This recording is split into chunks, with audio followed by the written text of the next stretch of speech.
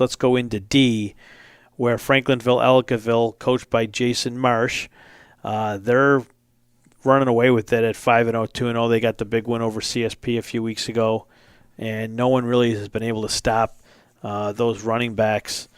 Logan Frank, am I getting his name right? Am I? He's got some good yardage and Yes. good stats. Yeah, I like Logan Frank, he's got 10 touchdowns on the year, 530 yards. Tyler Clear's another one. So they're not one-dimensional. And Franklinville-Ellicottville, the Titans are playing very good football. They've played very good all year. I know that a lot of people have been talking about them. But I think CSP and Franklinville-Ellicottville will get another shot at each other, most likely at the stadium. I can't see anybody beating those two teams in D. I can't either, and it's going to be, an important game. And CSP is going to really have to dig deep because the Titans really handled them the first game. But when you have Hinsdale throwing to Barmore and then also Cam playing the defense that he plays, particularly with his size at that level, be an interesting matchup. But you got to give the edge to the Titans. I would agree. And we saw that movie before where a team that was on a roll and forgot how to lose, like Maple Grove did years ago, all of a sudden, Maple Grove, they were on top and just beating everybody. All of a sudden, Franklinville-Ellicottville beats them in the regular season. They get back to the stadium, and everyone's like, well, Franklinville-Ellicottville will win this one again. They beat them once.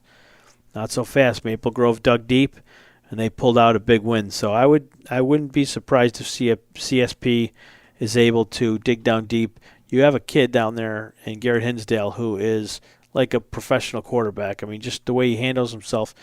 And I believe he just threw for over 4,000 yards, so kudos to Garrett Hinsdale. He's a Class D state champion quarterback. He was the player of the game out there in Syracuse. And when you have a kid like that leading your team, it's like having another coach on the field, someone that mature. The way he handles his business, it's admirable. It really is.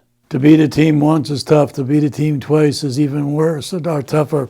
And you mentioned Maple Grove just as a throw-in for 8-man football. Maple Grove They got their first win. Beat Frewsburg 14-0 for their first win. I've been seeing these scores in 8-man football, and they're all like 57 or 60-something to like whatever. And this game was 14-0. Well, you know why? Because they're not used to the space that you get It could be. in the P, particularly with all the teams in Section 5 that have played, and they dominated. I think Maple Grove gave up 90 points in the two games, the two teams in Section 5. Yeah. So we'll see how that plays out, but you're going to see other teams move into 8-man football. I don't know how many in the state, maybe 37 right now. So we'll see. We will see. But that'll do it for running through our classes today and talking about the various players that have had pretty good weeks and that are having good seasons. We've mentioned a number of coaches as well.